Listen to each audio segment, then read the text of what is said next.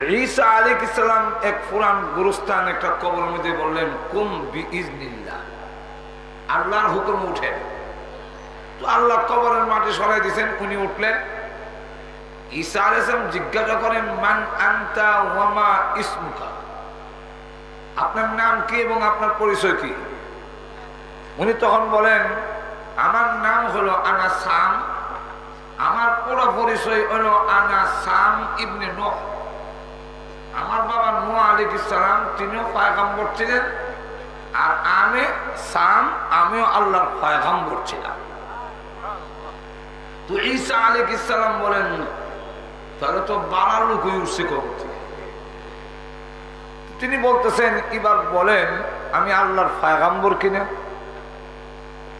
সাম আলাইহিস সালাম বলেন আমি পয়গম্বর হয়ে সাক্ষী দিতেছি আল্লাহর শ্রেষ্ঠ যে কয়েকজন পয়গম্বর আছে এর মধ্যে আপনি একজন।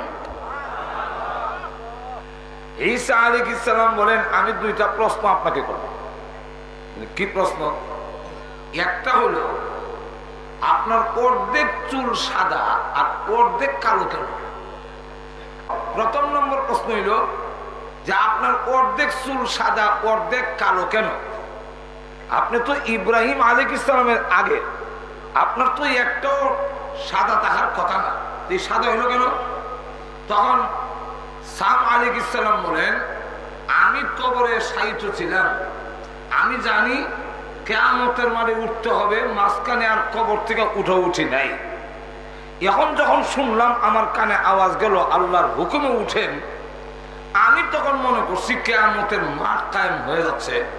এখন আল্লাহর সামনে দাঁড়াইয়া আমার নবুয়তের কি হিসাবটা দেব, এই চিন্তায় কবর থেকে উঠে আপনার সামনে দাঁড়াইতে দাঁড়াইতে আমার অর্ধেক চুল সাদা হয়ে গেছে। তাহলে চিন্তা করেন আল্লাহর দরবারে দাঁড়ায় জবাব দিকিটা পয়গম্বরের যদি এরকম হয় যে চুল অর্ধেক সাদা হয়ে গেছে। দুই নম্বর প্রশ্ন হইল যে আপনি কি থাকতে চান না কবরে চলে যেতে চান? যদি কবরে চলে যেতে চান চলে যাবেন, আর যদি থাকতে চান তাহলে আমি আল্লাহর কাছে দরখাস্ত পেশ করব আল্লাহ রাব্বুল আলামিন আপনাকে হায়াত বাড়ায় দেওয়ার জন্য। সাম আলাইহিস সালাম বলেন হে ঈসা আলাইহিস সালাম, আমি কি দুনিয়াতে থাকবো না কবরে আবার চলে যাব? এটা বলার আগে জানতে চাই আমার ভিতরে যে রূহ আসছে এটা নেওয়ার জন্য কি আবারও আজরাইল আসবে? সুবহানাল্লাহ বলেন। ঈসা আলাইহিস সালাম বলেন আপনি আল্লাহর পয়গম্বর, আপনি নিষ্পাপ, আপনার কোনো গুনাহ নাই, তা আপনি আজরাইলের তো ভয় পান কেন? সাম আলাইহিস সালাম জবাব দেয় ভাই ঈসা আলাইহিস সালাম আপনার সাথে তো আজরাইলের এখনো দেখা হয়েছে না, আপনি কি বুঝবেন? দেখা হইল আজ থেকে 4000 বছর আগে আমার রূহ বের করা হয়েছিল, আজও পর্যন্ত মরণের কষ্ট আমি ভুলতে পারি নাই।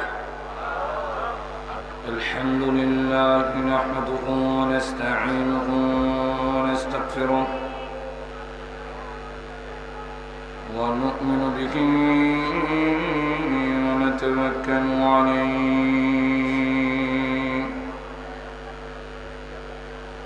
ওয়া না'উযু বিল্লাহি মিন শুরুরি আনফুসিনা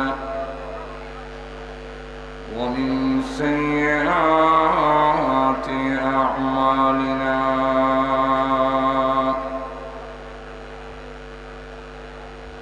মান ইয়াহদিহিল্লাহু ফালা মুদিল্লা লাহু ওয়া মান يضلله فلا هادي له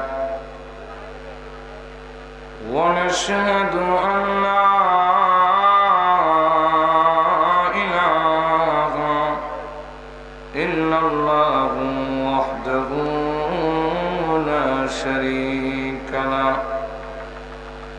ونشهد أن سيدنا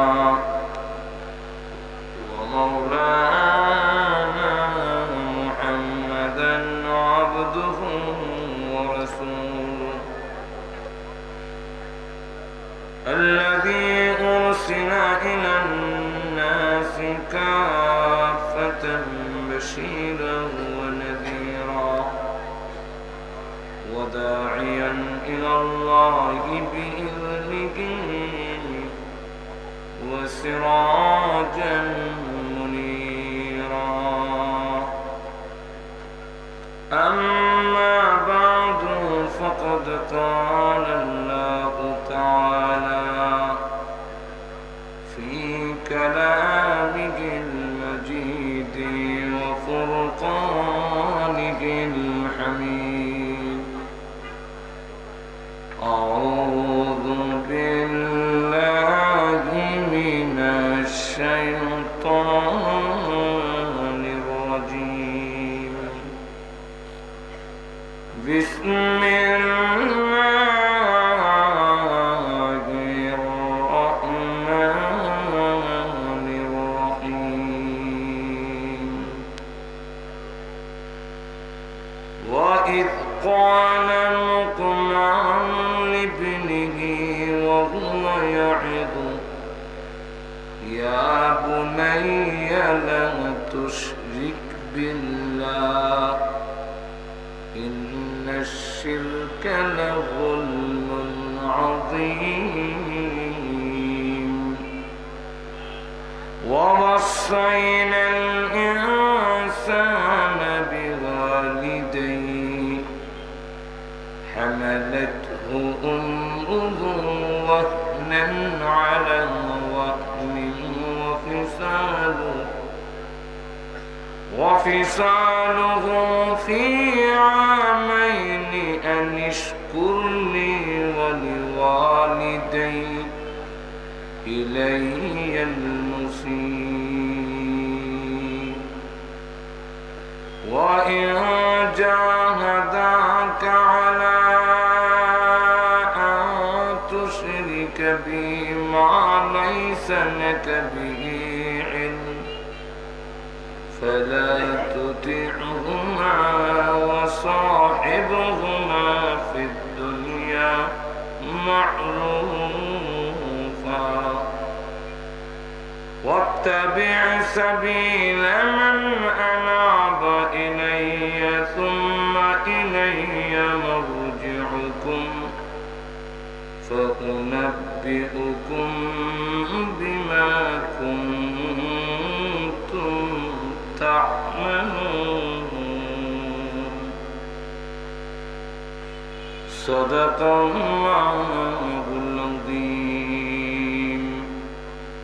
صلى الله على سيدنا ومولانا محمد وعلى آله وأصحابه وسلم.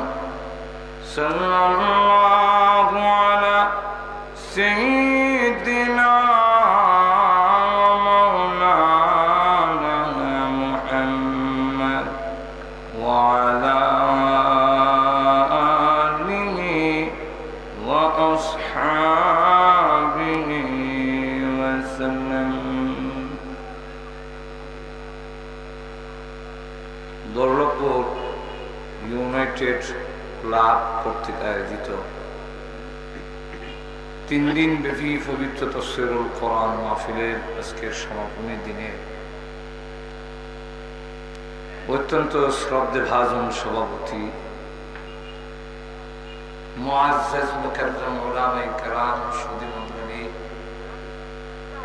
সর্বস্তরের প্রাণপ্রিয় মুসলমান ভাইরা,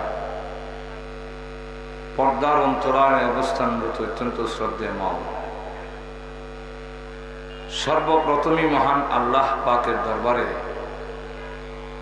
অসংখ্য অগণিত শুকর আদায় করছি, যিনি অত্যন্ত দয়া করে আজকের মাহফিলে আমাদেরকে শরীক হওয়ার তৌফিক দান করেছেন। এই জন্য শুকর আদায় করছি আলহামদুলিল্লাহ। আমাকে আলোচ্য বিষয় দেওয়া হয়েছে সূরা লুকমান। সবটা সূরা তো আর পারতাম না,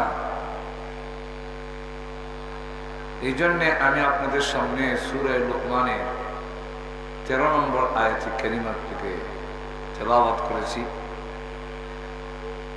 যেখানে হযরত লুকমান হাকিমের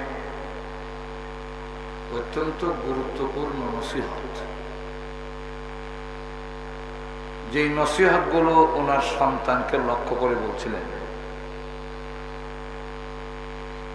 যে নসিহতের মাধ্যমে তার ছেলে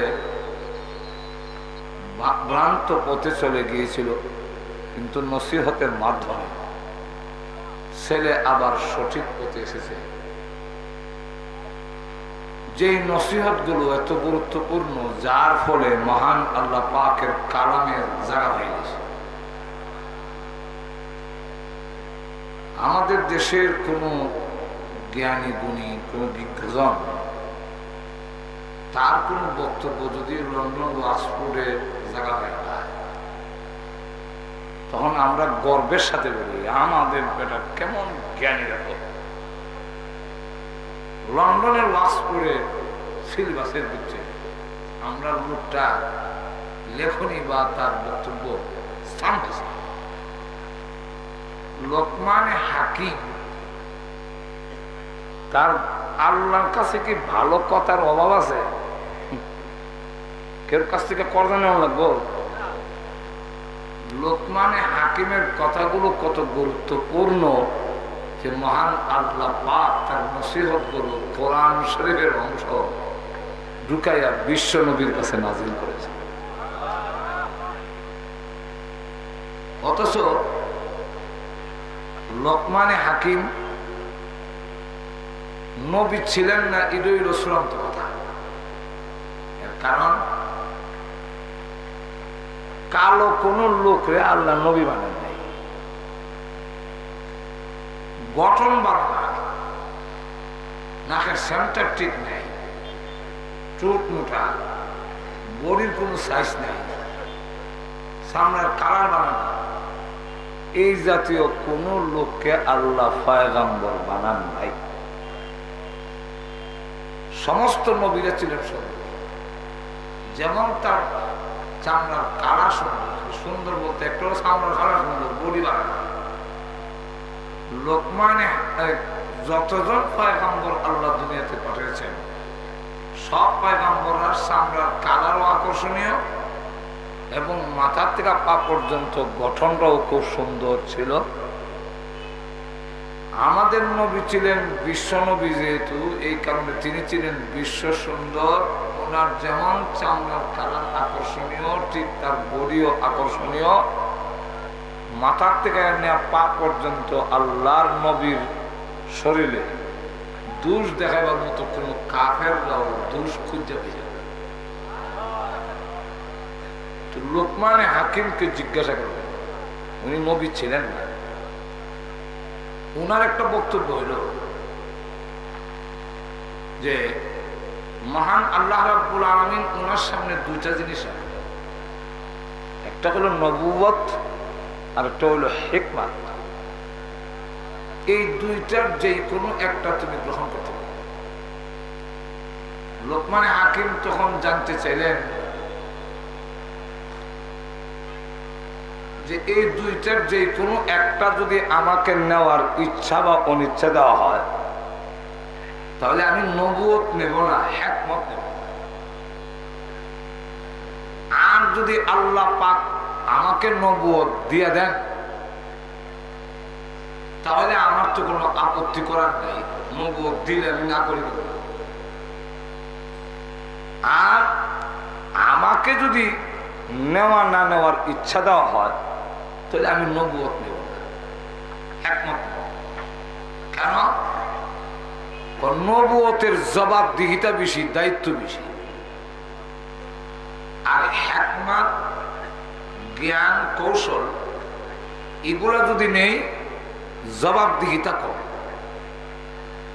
প্রত্যেক নবী মহান আল্লাহর দরবারে তার নবুয়তের জবাব দিতে হবে, এবং দায়িত্বরাও পালন করা অনেক কঠিন বিষয়। নবীদের উপরে যেই নির্যাতন আসছে, এই নির্যাতনের বেলায় ওনারা যেভাবে অটল অচল হয়ে দাঁড়াই রয়েছেন, যদি আমাদের উপরে এই নির্যাতন আসে তাহলে কঠিন কালেও কখনো আমরা এই নির্যাতনের মোকাবেলা টিকে থাকা সম্ভব না। তো আল্লাহ পাক যদি আমার নবুয়ত দেন, তো নবুয়তের দায়িত্ব পালন করার যোগ্যতাও আল্লাহ দিবেন। আর যদি নবুয়তের দায়িত্ব আমি ছায়া নেই, তাহলে দায়িত্ব পালন করার কোন সহযোগিতা আল্লাহ থাকবে না, আমার নিজস্ব ক্ষমতায় চালাই দিতে ঘুমাই গেছেন না খেয়াল কোন দায়িত্ব। এই জন্য ইসলামের বিধান হইল কোন দায়িত্ব ছায়া নিও না। কোন দায়িত্ব যদি তুমি চেয়ে নাও, নিজেকে যোগ্য মনে করো, তাহলে তোমার যোগ্যতা এই দায়িত্ব মনে করতে। আর যদি জনগণের পক্ষ থেকে দায়িত্ব চাপাইয়া দেওয়া হয় আর দায়িত্ব নেয়, তাহলে তার কাছে সেই যোগ্যতা না থাকলেও আল্লাহর পক্ষ থেকে সাহায্য থাকবে দায়িত্ব চালায় নেওয়ার। আমাদের দেশের মেম্বার, চেয়ারম্যান, এমপি, মন্ত্রীরা ব্যর্থ হয় কেন? এরা সব যোগ্যতা দায়িত্ব চায় নেয়। আর বুঝাইতে চায় যে যদি কোন যোগ্য লোক আল্লাহর আসমানের নিচে জমিনের উপরে থাকে, আমি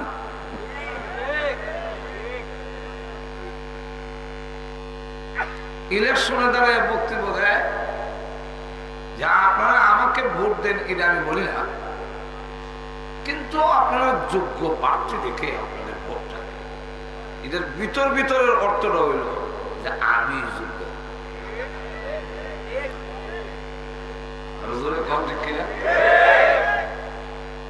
এই কারণে দায়িত্ব যে হ্যাঁ, দায়িত্ব সঠিকভাবে তার যোগ্যতা দিয়ে চালাই যেতে পারে না। যাই হোক, লোকমান হাকিম বলেন নবুয়তের দায়িত্ব যদি আমি চাইনি, আর যখন বিরুদ্ধবাদীর পক্ষ থেকে নির্যাতনের স্টিম রুলার চালাই দিব, তখন এই দায়িত্ব আমার পক্ষে তখন বরদাস্ত করা সম্ভব হবে না। একটু জোরে কন।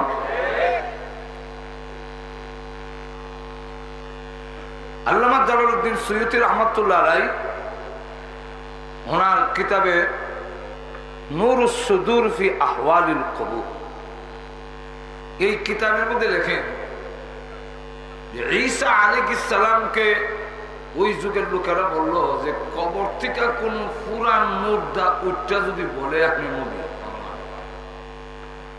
এর অর্থ হইল পুরান কোন মুর্দা কবর থেকে উঠতো না আর আমরাও মা লাগতো না। তো ঈসা আলাইহিস সালাম এক পুরান গুরুস্থান একটা কবর মধ্যে বললেন কুম বিইজনিল্লাহ, আল্লাহর হুকুম উঠেন। তো আল্লাহ কবরের মাটি সরাই দিয়েছেন, উনি উঠলেন। ঈসা আলাইহিস সালাম জিজ্ঞাসা করেন মান আনতা ওয়া মা ইসমুকা, আপনার নাম কি এবং আপনার পরিচয় কি? উনি তখন বলেন আমার নাম হলো আনা সাম, আমার পুরো পরিচয় হলো আনা সাম ইবনে নূহ। আমার বাবা নূহ আলাইহিস সালাম তিনিও পয়গম্বর ছিলেন, আর আমি সাম, আমিও আল্লাহর পয়গম্বর ছিলাম। তো ঈসা আলাইহিস সালাম বলেন তাহলে তো বাড়া লোক উঠছে কবর থেকে। তিনি বলতেছেন এবার বলেন আমি আল্লাহর পয়গম্বর কিনা? সাম আলাইহিস সালাম বলেন আমি পয়গম্বর হয়ে সাক্ষী দিতেছি আল্লাহর শ্রেষ্ঠ যে কয়েকজন পয়গম্বর আছে এর মধ্যে আপনি একজন। ঈসা আলাইহিস সালাম বলেন আমি দুইটা প্রশ্ন আপনাকে করব। কি প্রশ্ন? একটা হলো আপনার অর্ধেক চুল সাদা আর অর্ধেক কালো কেন? চুল সাদা হওয়ার বিধান আসছে ইব্রাহিম নবীর থেকে। এর আগ পর্যন্ত মানুষ ৫,০০০ বছর যদি বাঁচত চুল সাদা হইত। সর্বপ্রথম চুল সাদা হয়েছে ইব্রাহিম নবী। উনি বলেন আল্লাহ আমার চুল যে সাদা হয়ে গেল, আল্লাহ বলেন যে তোমার ইজ্জত, যে তোমার সম্মান। আল্লাহ চুল সাদা হলে কি ইজ্জত বাড়ে? মানে হ্যাঁ, হতে আরো বাড়াই দাও। চুলদারি সাদা হইলে দুনিয়া তো ইজ্জত বাড়ে, আর চুলদারি সাদা হইলে কবরও ইজ্জত পাবে। ইয়াহিয়া ইবনে আকসাম নামে একজন তাবী ছিলেন, উনি আল্লাহর দরবারে হাজির করলেন ওনাকে। উনি বড় তাবী মুহাদ্দিস। ওনাকে আল্লাহর সামনে দাঁড় করানোর পরে আল্লাহ জিজ্ঞাসা করতেছেন, এই বুড়া, এটা করলি কেন, ওইটা করছো কেন? তখন ইয়াহিয়া ইবনে আকসাম রাহমাতুল্লাহ আলাইহি তিনি বলেন, আল্লাহ, আপনার ব্যাপারে যা শুনছিলাম, কিন্তু আপনার সামনে আইসা সেই সোনা জিনিসটা তো পাইলাম না। তখন বলেন, কি শুনছিলে?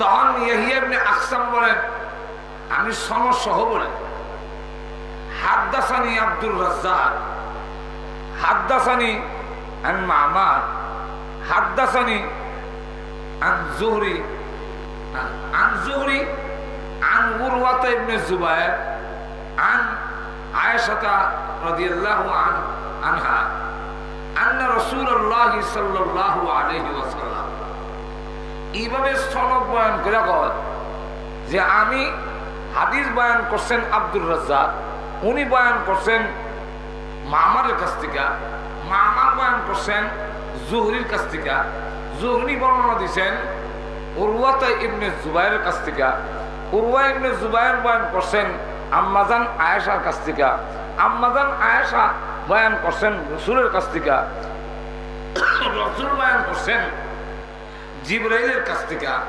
জিবরাইল বলছেন, আপনার কথা, আল্লাহ আপনি নাকি সাদা দাড়ির ওলারে খুব সম্মান করেন, ইজ্জত করেন, এই সমস্যা আপনার কাছে আমি বসলাম, কিন্তু আজকে দেখে আপনি যেইভাবে আমার দমক শুরু করছেন আমি সাদা দাড়িওয়ালারে, তো আপনার সম্বন্ধে যা হাদিসের মাধ্যমে শুনছিলাম তা তো পাইলাম না।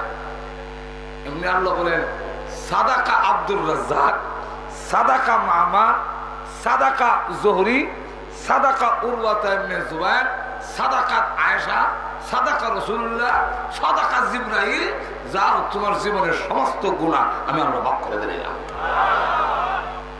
তো সাদা দাড়িওয়ালা যদি হয়, আল্লাহ রাব্বুল আলামিন তার আল্লাহর কাছে ইজ্জত বেড়ে যায়, সাদা দাড়িওয়ালার সম্মান বেড়ে যায়।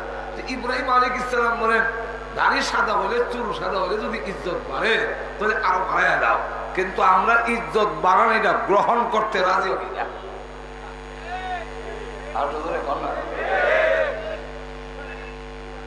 কালার দাঁড়াই এমন লক্ষ্য করেন,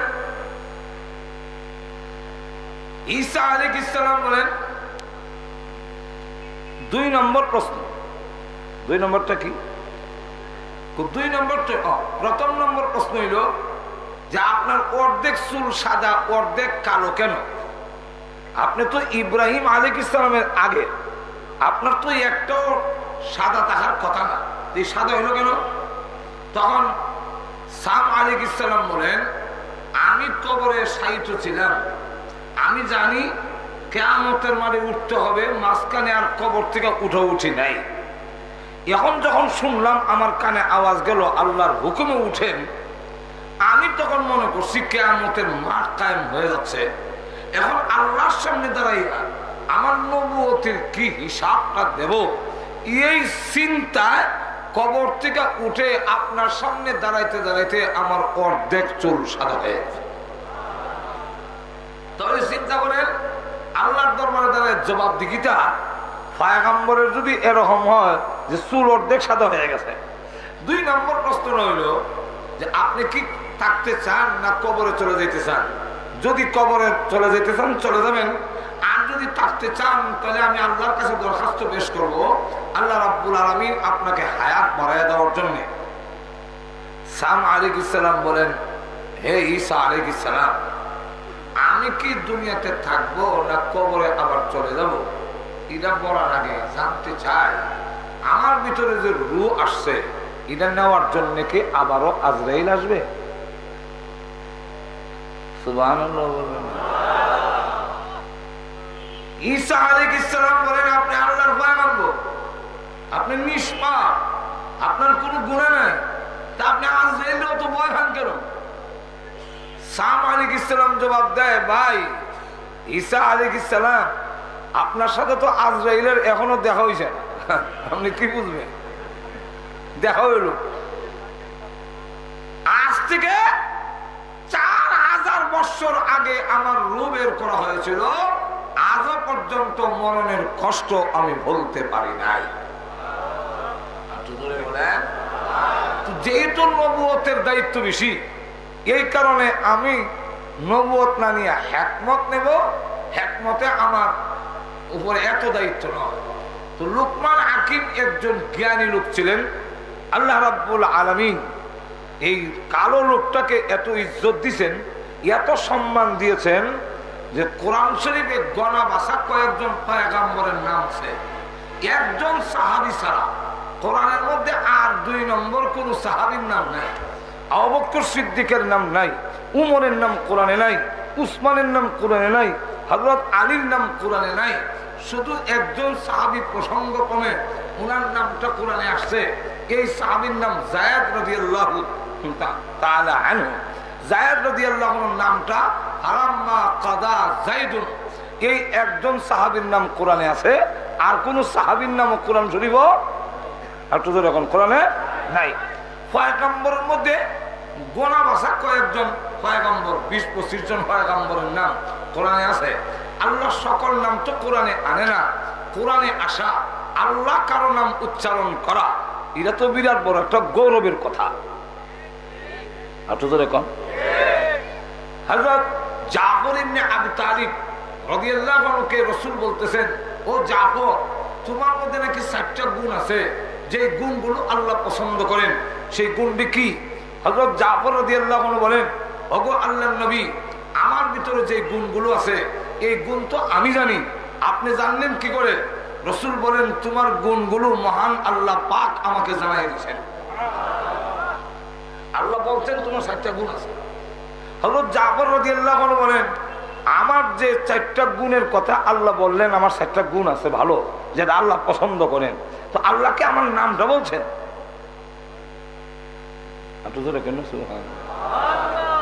রাসূল বলেন, হ্যাঁ, আল্লাহ তোমার নাম ধরে বলছেন জাফর ইবনে আবি তালিব। হযরত জাফর রাদিয়াল্লাহু আনহু বলেন, আনন্দে আত্মহারা, আমার আর কিছু দরকার নাই, আমার জীবন সার্থক হয়ে গেছে, মহান আল্লাহ রাব্বুল আলামিন যে আমার নাম উচ্চারণ করছেন, আমার জীবন সার্থক। আরেকজন সাহাবী, ওনার নাম উবাই ইবনে কাব রাদিয়াল্লাহু আনহু। এই উবাই ইবনে কাব রাদিয়াল্লাহু আনহু কোরআন তেলাওয়াত বড় সুন্দর ছিল। একদিন আল্লাহর রাসূল বলতেছেন, ও উবাই ইবনে কাব, তুমি আমার লামিয়া কুনিল্লাযী এই সূরাতুল বাইয়িনা, এই সূরাটা একটু শোনো তো। হযরত উবাই ইবনে কাব রাদিয়াল্লাহু আনহু বলেন, বিশ্ব নবীর কাছে কোরআন নাজিল হয়েছে, রাসূলকে কোরআন শিখাইছেন স্বয়ং আল্লাহ, আর আমি উনার পড়া শুনবো, আমার দ্বারা সম্ভব না, অক্ষম। রাসূল বলেন, উবাই, তুমি আমার সূরাতুল বাইয়িনা এটা শোনো। আবার উবাই ইবনে কাব অক্ষমতা প্রকাশ করলেন, তখন রাসূল আবার বললেন, আমার পড়াটা শোনো। তিনি অক্ষমতা প্রকাশ করলেন। এমন সময় আল্লাহর রাসূল বলেন, ও উবাই ইবনে কাব, আল্লাহ রাব্বুল আলামিন আমাকে বলছেন তোমাকে এই সূরাটা শোনানোর জন্য। আর জোরে বলেন, উবাই ইবনে কাব রাদিয়াল্লাহু আনহু বলেন, ইয়া রাসূলুল্লাহ, আল্লাহ কি আমার নামটা বলছেন? আল্লাহ যে বলছেন আমাকে আপনি সূরা শোনানোর জন্য, আমার নাম কইছেননি? তখন রাসূল বলেন, হ্যাঁ, তোমার নাম ধরে বলেছেন উবাই ইবনে কাব।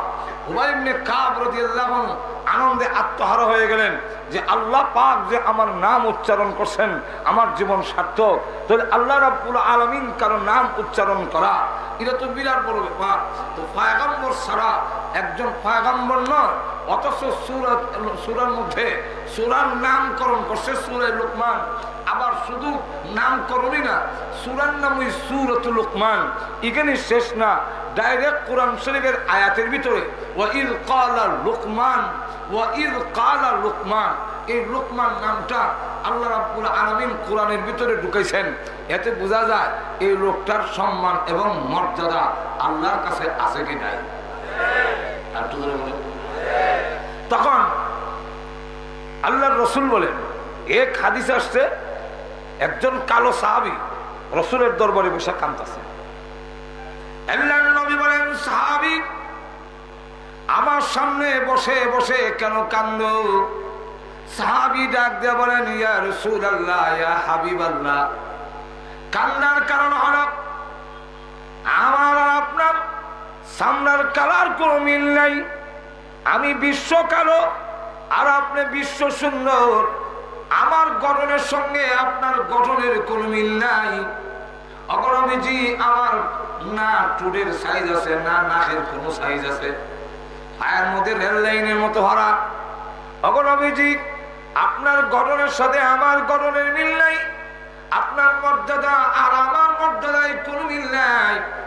কিন্তু এরপরেও দুনিয়াতে থাকার কারণে আমার মতো একজন কালো রূপ বিশ্ব নবীর সামনে বসার সুযোগ হয়েছে। নবী গো, কিয়ামতের ময়দান যেদিন কায়েম হবে, ওই দিন তো আপনার কাছেও যাওয়ার কোনো যোগ্যতা আমার নাই। আমি এই জন্য কাঁদতেছি, কিয়ামতের কঠিন ময়দানে আপনার কাছে কি যেতে পারবো? আপনার দ্বারা কাছেও যাওয়া সম্ভব হবে না। আল্লাহর নবী তখন বললেন, রে সাহাবী, প্রথম নম্বর হলো নিজেকে কালোর কারণে এত ছোট মনে করো না। তিনজন কালোকে মহান আল্লাহ রাব্বুল আলামিন এই পৃথিবীতে শ্রেষ্ঠত্ব দান করেছে।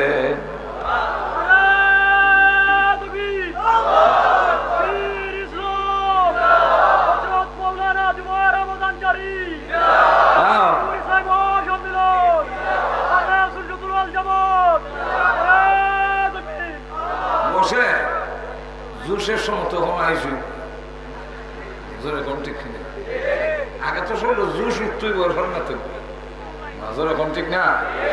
জুস আইল কারো কারেন্ট কিছু আইল না শরীর, জোরে কোন ঠিক না। যা অহন সময় আসে না, তো একটু গুতা দিয়ে দিছে। ও সাহাবী, প্রথম নম্বর হলো নিজেকে কালো। এই কারণে তো শুনে মনে করো না, এখন যারা আমরা কালো আছি, কালার একটা দলিল। নিজেকে কালো এই কারণে তুমি অত শুনে মনে করো না। তিনজন কালোকে আল্লাহ পৃথিবীর মধ্যে শ্রেষ্ঠত্ব দান করেছেন। এক কালো, এক হাদিসে তিনজন, আরেক হাদিসে উল্লেখ করেছেন চারজন।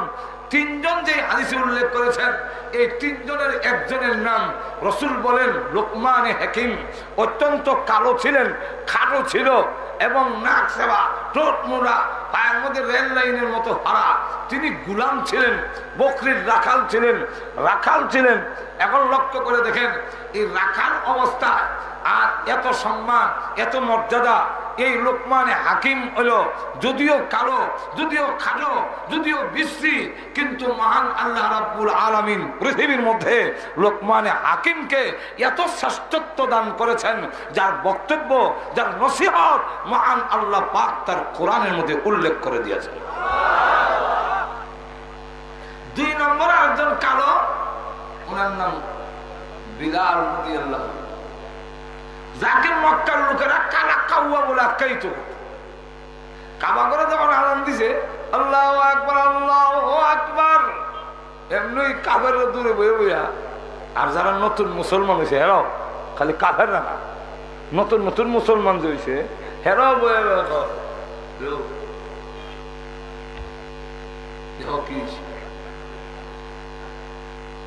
কি আমরা বাপ দাদা মরে গেছি, ভালো হয়েছে। এই দৃশ্য দেখার আগে বুঝলে কি, ওই তো কাবা ঘরের ছাদের মধ্যে কালা খাওয়া বুঝছে।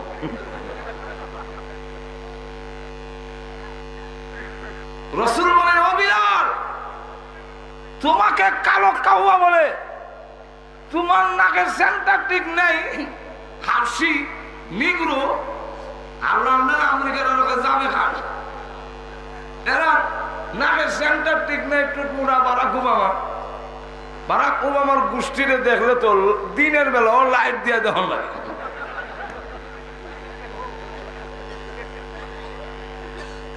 কিন্তু লক্ষ্য করে দেন, আল্লাহ রাসূল বলেন, বিলাল, তুমি নিজেকে ছোট মনে করো না। যদিও তুমি কালো, কিন্তু কি মর্যাদা জানো?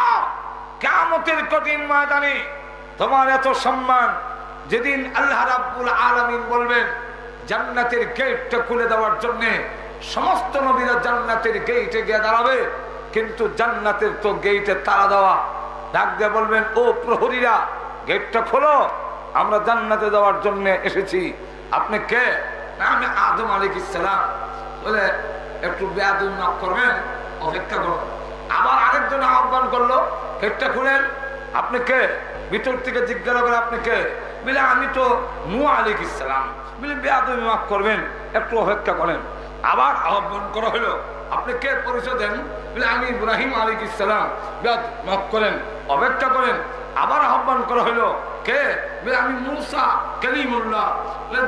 দরজা খুলো, জান্নাতে ঢুকার অনুমতি আল্লাহ দিয়ে দিয়েছেন নবীদেরকে, আমরা ঢুকতে আসছি। বলে বেয়াদবি মাফ করবেন, একটু দাঁড়ান। আবার ডাক দিছে, আপনি কে? বলে আমি ঈসা আলাইহিস সালাম, ঈসা রূহুল্লাহ। সুতরাং দরজা খোলো, জান্নাতে ঢুকার জন্য আমরা অনুমতি পেয়ে জান্নাতের গেটে আসছি। তখন অপেক্ষা করেন। এমনি ওনারা বলেন, ও জান্নাতের প্রহরীরা, আদম আলাইহিস সালাম থেকে নিয়ে ঈসা আলাইহিস সালাম পর্যন্ত গোটা নবীদের জামাত গেটের মধ্যে দাঁড়ানো, আর তোমরা খালি বেয়াদবি মাফ করবেন, একটু অপেক্ষা করেন। কারণটা কি? তখন ভিতর থেকে ডাক দেয়া কয়, যত নাম শুনি, আদম শুনি, নূহ শুনি, ইব্রাহিম শুনি, মূসা শুনি, ঈসা শুনি, মুহাম্মদুর রাসূলুল্লাহ সাল্লাল্লাহু আলাইহি সাল্লাম, এই নামটা শুনি না কেন? উনি কি এখানে আসেন নাই? বলে না, উনি তো আসেন নাই। উনি কোথায়? বলে উনি এখনো কিয়ামতের মাঠে উম্মতের চূড়ান্ত ফয়সালা কি হয়েছে না হয়েছে সেটা না শোনা পর্যন্ত উনি জান্নাতের দিকে পা বাড়াবে না, উনি এখন আসবেন না। উনি উম্মতের চিন্তায় আছে, আর আমরা এই উম্মতই হই। তখন ডাক দিয়া কয়, তাহলে গেট খোলার অধিকার আমাদের নাই, তালা বাইরে দিয়া। কোথায় চাবি দাও? বলে চাবি ওনার হাতে। আর জোরে বলেন না, আরো জোরে। চাবি আমাদের হাতে দেয়নি। এই জন্য আল্লাহর নবী বলেন, আমাদের দেশের বিভিন্ন প্রতিষ্ঠান বিভিন্ন জনকে দিয়া উদ্বোধন করানো হয়, কেউ মন্ত্রী দিয়া, কেউ এমপি দিয়া, কেউ প্রধানমন্ত্রী দিয়া। যদি বলেন ঠিক কিনা? আল্লাহ রাব্বুল আলামিন বলেন, নবীজি, আমি আল্লাহ যা জান্নাত বানাইছি ওই জান্নাতগুলো আপনাকে দিয়া উদ্বোধন করব। বিশ্ব নবীকে দিয়ে উদ্বোধন করা হবে, তাই সাবি বিশ্ব নবীরা তো দিয়েছে। এখন ওই নবী গেট না করলে তো গেট খোলা হবে না। তখন সকল নবীরা আল্লাহ জান্নাতের অনুমতি দিচ্ছেন, আমরাও জান্নাতের গেটে আসলাম, কিন্তু জান্নাতের চাবি তো বিশ্ব নবীর হাতে, আর উনি তো আসতেছে না। উনি উম্মতের চূড়ান্ত ফয়সালা না শুনিয়া জান্নাতের দিকে আসবে না। তাহলে এখন কি করা? আল্লাহ রাব্বুল আলামিন তখন বলবেন, হে ফেরেশতারা, জান্নাত থেকে একটা সবুজ রঙের উটনি নিয়ে যাও, যে উটনিটা হবে জবরদস্ত ইয়াকুত পাথরের তৈরি, তার পা গুলা। আরো আসতে করুন, মহিলারা শুনলে, মহিলারা আপনারা আওয়াজ নিয়ে নেব। ইয়াকুত জবরদস্ত পাথরের তৈরি, তার পা কালারটা হলো সবুজ। উটনি আমার নবীর জন্য নিয়ে যাও, আর গিয়া বলো আমার নবী উঠনে উঠার জন্য, জান্নাতের গেটটা খুলে দেওয়ার জন্য সব নবীরা দাঁড়ায় আছেন। বিশ্ব নবীর কাছে যখন গিয়ে বলবে, উঠ আনতে হুজুর, উঠেন, জান্নাতে নিয়ে যাবো, গেটটা খুলবে, আল্লাহ তখন বিশ্ব নবী বলবেন, অবশ্যই জান্নাতে যাব, কিন্তু এর আগে আগে আমি জানতে চাই আমার উম্মতের বেলায় আল্লাহ কি সিদ্ধান্ত নিয়েছেন, এটা না শুনলে আমি জান্নাতে যাব না। তখন আল্লাহ রাব্বুল আলামিন বলবেন, ও নবী, এই কথা তো আমি আপনাকে আগেই জানাই দিয়েছি, উম্মতের বেলায় আপনাকে অসন্তুষ্ট করব না, সন্তুষ্ট করব। অতএব আপনি জান্নাতে যান, ওয়াদা দিলাম যতক্ষণ পর্যন্ত আপনি এই কথা না বলবেন যে আল্লাহ আমি খুশি হয়েছি, ততক্ষণ পর্যন্ত আপনার উম্মতকে আমি জাহান্নাম থেকে মুক্তি দিতেই থাকবো। রাসূল বলেন, তাহলে উঠে উঠা যায়। ও বিলাল,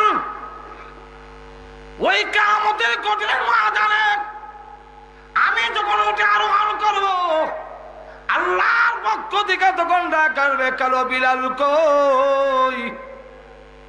বিলালকে ডাকো। বিলাল, তোমাকে আহ্বান করা হবে আমার উটের লাগাম ধরার জন্য। বিলাল রে, ওই দিন কিয়ামতের কঠিন ময়দানে কালো কাউয়া হইলে কি হবে?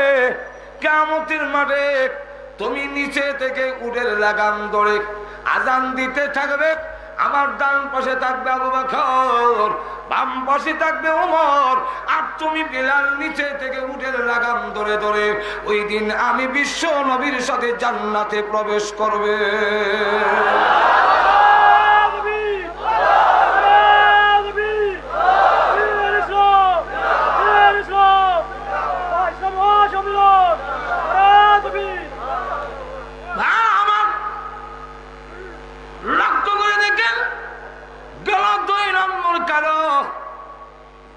বিলাল কালা হইলো দাম আসেনি? আর তো ধরে বলেন দাম আসেনি? 3 নম্বর কালো উমর রাদিয়াল্লাহু আনহু আযাদকৃত গোলাম, যার নাম মাহজা রাদিয়াল্লাহু আনহু, যিনি নাকি যুদ্ধের ময়দানে যিনি প্রথম শাহাদাত বরণ করেছেন। কাফেরদের নির্যাতনের বেলায় প্রথম যিনি শহীদ হয়েছেন একজন মহিলা, তার নাম সুমাইয়া। আর যুদ্ধের ময়দানে বদরের যুদ্ধ হলো প্রথম যুদ্ধ। ওই যুদ্ধে যেই কালো লোকটা শাহাদাত বরণ করেছে সেই লোকটার নাম মাহজা রাদিয়াল্লাহু আনহু, যিনি ছিলেন উমরের আজাদ করা গোলাম।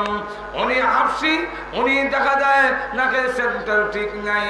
উনি ইন্তেকালের পরে শহীদ যখন হয়ে গেলেন বদরের যুদ্ধে, আল্লাহ বলেন সাহাবীরা রে, আমার মা যা ওই ব্যক্তি যে কিয়ামতের ময়দানে পরকালে আল্লাহ রাব্বুল আলামিনের জান্নাতের মধ্য দরজা থেকে তার নাম ধরে জান্নাতে ঢোকার জন্য আহ্বান করা হবে। লক্ষ্য করে দেখেন এই 3 কারণ। আর হাদিসে যে 60 জন কইছে আরেকজন বাড়াই দিল, বাড়াইতাম নি। তিনি ছিলেন আব্রাহার বাদশাহ নাজ্জাশী হিবর কালা। এই 4 জন সুতরাং কালো। এই লুকমান হাকিম কালোর মধ্যে একজন। একদিন তিনি বক্তৃতা দিতেছেন, আর হাজার হাজার লোকগুলো মনোযোগ দিয়ে ওয়াজ শোনা। এটাও যদি বক্তা মনে হবে, আমরা দেশের অনেক বক্তা আল্লাহ রহমতে উঠতে ফেললে মনে করছে না জানি খেতে বেশি ঠিক না। কিন্তু এই কথা বোঝা দরকার যে লোকজন আমার কথা শুনে, এটা আমার নিজস্ব কোনো কৃতিত্ব নয়, আমার কোনো বাহাদুরি নয়, বরং মহান আল্লাহ এটা আমার দিশের নিয়ামত যে মানুষ আমার কথা শুনে। আর তো জোরে বলেন